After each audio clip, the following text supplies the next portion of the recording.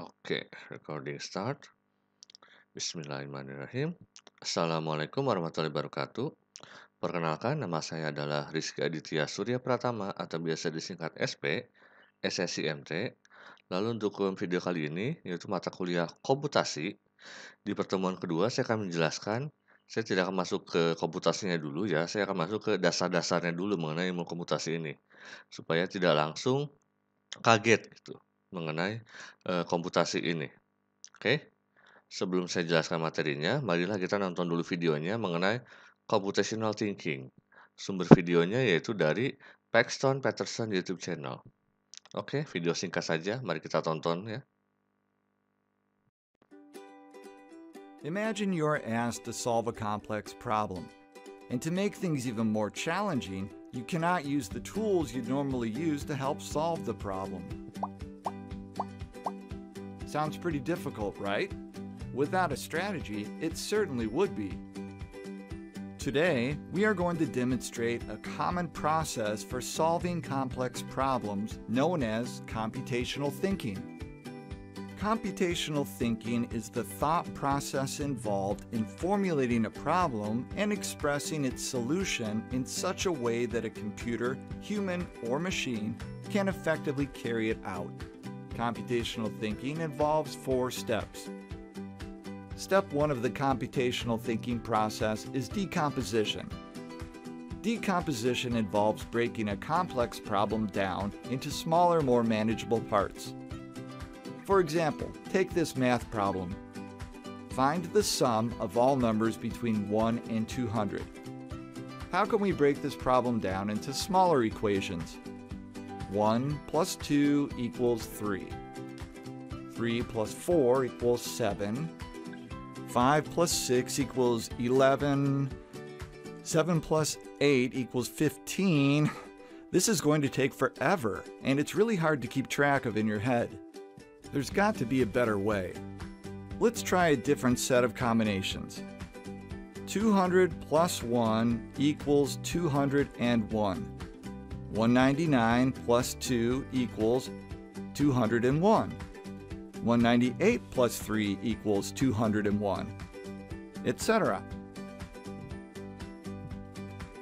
Step 2 of the computational thinking process is pattern recognition.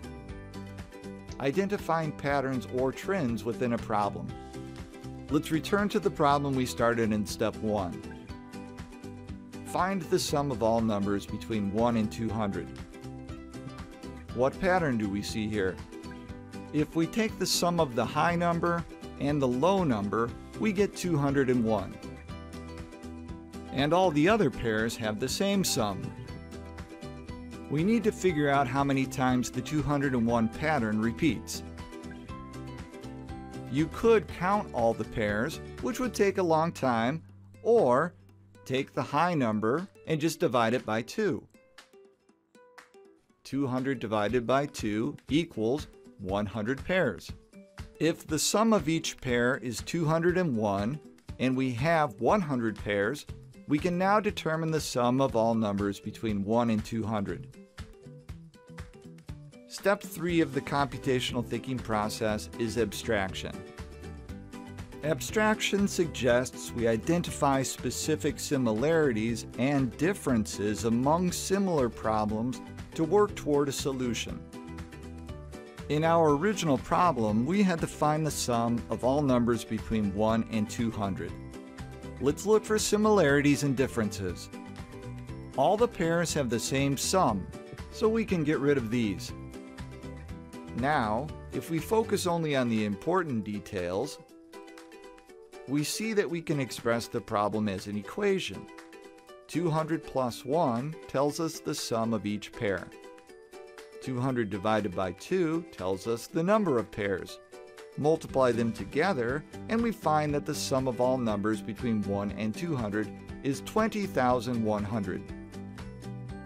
The fourth and final step of the computational thinking process is algorithm design. Algorithm design involves developing step-by-step instructions for solving the problem, which you can use again to solve similar problems. In our original problem, we had to find the sum of all numbers between 1 and 200. Step 1. Find the sum of 200 plus 1. 200 plus 1 equals 201. Step 2. Find the quotient of 200 divided by 2. 200 divided by 2 equals 100. Step 3. Multiply the answers from step 1 and step 2 together. 201 times 100 equals 20,100. This algorithm can be used to find the sum of all numbers between 1 and any number. Let's see how it works with 1,000. Erase the 200s. Now find the sum of all numbers between 1 and 1,000. 1,000 plus 1. 1,000 divided by 2. Multiply them together, and we end up with 500,500. Computational thinking can be used to solve problems that may previously have seemed impossible to solve. It is a powerful skill. You can use it for life. Oke, cukup simpel ya, tapi itu bisa dibilang inti dari pemikiran secara komputasi atau yang merupakan dasar-dasar ilmu komputasi itu sendiri gitu. Baiklah, saya mulai materinya pertama dari kalkulasi dulu. Jadi sebelum saya mulai ke komputasi itu sendiri, mari kita lihat kalkulasi itu apa sih? Kalkulasi, yaitu yang biasa digunakan pada kalkulus, itu adalah suatu proses mentransformasikan satu atau lebih input menjadi output atau luaran. Jadi itu input ditransformasi menjadi output. Seperti itu kira-kira inti dari kalkulasi itu. Contohnya, 20 dikali 5 hasilnya 100. Inputnya 20 diproses dengan angka 5 ini, outputnya adalah 100. Oke, itu kalkulasi yang paling simpelnya. Kalkulasi itu melibatkan angka-angka dan kata-kata yang menyatakan proses sederhana. Sedangkan kalau komputasi itu menggunakan rule atau algoritma. Bahkan bisa tanpa angka-angka. Nah, jadi hubungannya kalkulasi itu adalah prasyarat untuk computational thinking atau ilmu komputasi ini. Makanya kenapa belajar kalkulus dulu baru belajar komputasi. Oke, kira-kira seperti itu. Nah, barulah kita masuk ke definisi komputasi. Ini saya ambil dari bahasa Inggrisnya langsung ya, yaitu dari John S. Connery tahun 2010. A computation is a sequence of simple, well-defined steps that lead to the solution of a problem. The problem itself must be defined exactly and unambiguously, and each step in the computation that solve the problem must be described in very specific terms. Jadi, komputasi itu adalah suatu urutan langkah-langkah sederhana yang terdefinisi dengan baik, yang mengarah kepada solusi dari suatu masalah tersebut. Masalah itu sendiri harus bisa didefinisikan secara tepat dan juga tidak ambigu. Dan setiap langkah dalam perhitungan ini atau komputasi ini untuk menyelesaikan masalah itu harus dijelaskan dalam istilah yang sangat spesifik oleh John S. Connery 2010. Lanjut, the keys to this definition of course are problem and step. A more formal definition is that a problem, any solution, must be encoded in the form of some symbols. A step is a symbol manipulation that transform one set of symbols into a new set of symbols. Oke?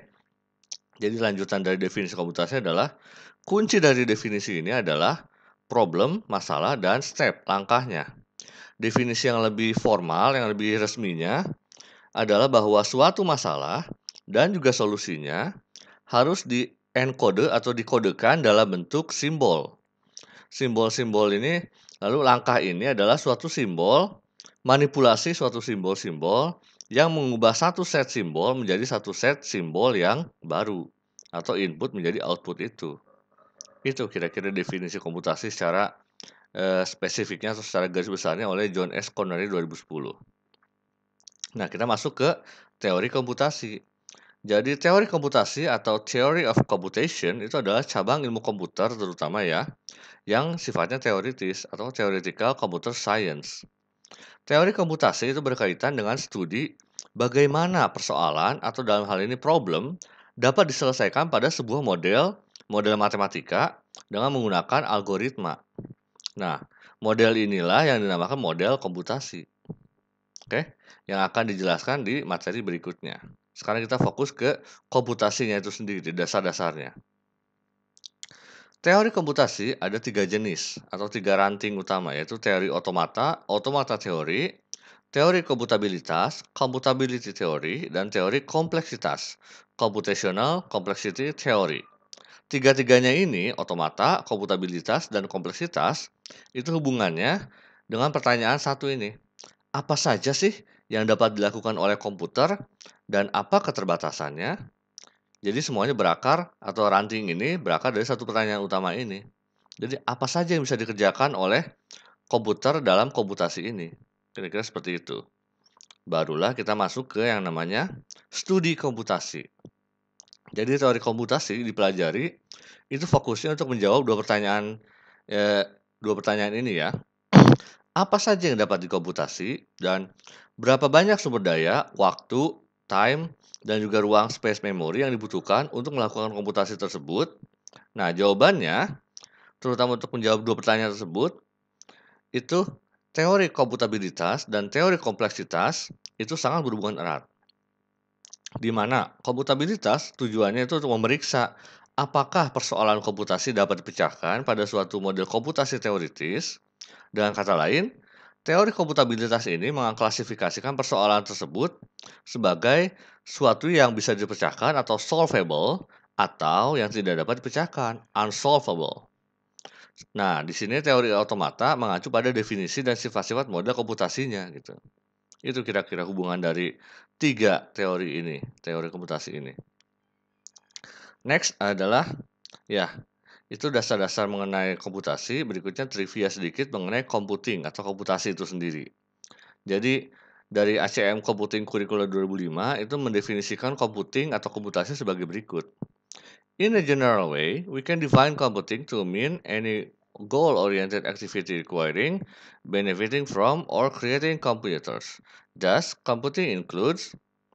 Jadi, secara umum, kita dapat mendefinisikan komputasi itu sebagai aktivitas yang berorientasikan tujuan, yang membutuhkan, yang memanfaatkan, atau membuat komputer.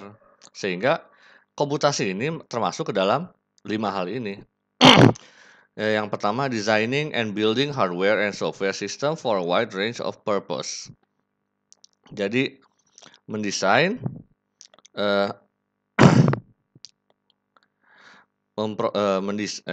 mendesain, membuat hardware dan software, sistem software untuk berbagai macam tujuan.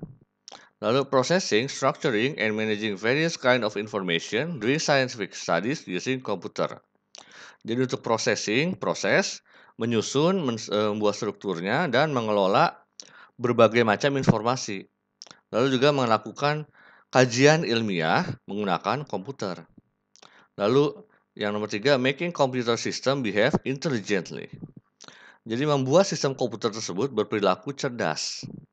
Keempat, creating and using communication and entertainment media. Membuat dan menggunakan media komunikasi dan juga media hiburan. Yang kelima, finding and gathering information relevant to any particular purpose and so on. Mencari dan mengumpulkan informasi yang relevan dengan tujuan tertentu dan juga berikutnya. Di mana the list is virtually endless and the possibilities are vast. Di mana daftar-daftar atau listnya ini bisa dibilang tidak terbatas dan kemungkinannya juga tidak sangat luas gitu. Oke, itu trivia mengenai computing atau komputasi itu sendiri. Lalu bidang-bidangnya itu sendiri untuk computing dibagi lagi oleh ACM Computing Curriculum 2005. Jadi 5 domain utama. Computer Science, CS, Software Engineering, SE, Information System, IS, Computer Engineering, CE, dan mungkin yang paling banyak beredar sekarang atau yang paling banyak kalian ketahui adalah Information Technology atau IT. Oke. Ini kira-kira 5 domain yang menggunakan computing atau komputasi. Nah, by definition, masing-masing adalah seperti ini. Computer engineering itu fokusnya pada desain konstruksi komputer atau sistem berbasis komputer.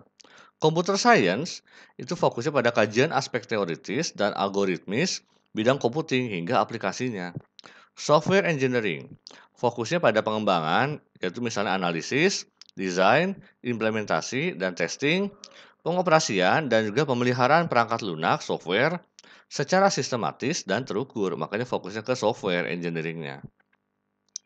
Information system itu fokusnya pada pengintegrasian solusi teknologi informasi dan juga proses bisnis untuk mempertemukan kebutuhan informasi bisnis suatu enterprise. Dan terakhir, IT atau Information Technology fokusnya pada penggunaan teknologi komputer untuk mempertemukan kebutuhan bisnis, pemerintahan, pendidikan, kesehatan, dan juga organisasi lainnya. Semuanya ini itu menggunakan komputasi sebagai domainnya. Oke, ya itu sedikit trivia aja. Jadi sudah lebih kebayang ya mengenai dasar-dasar ilmu komputasi ini yang akan dipelajari di mata kuliah ini. Oke, terima kasih banyak sudah menonton video ini sampai sini. Jangan lupa klik like, komen, dan juga subscribe channel saya ini ya. Wassalamualaikum warahmatullahi wabarakatuh.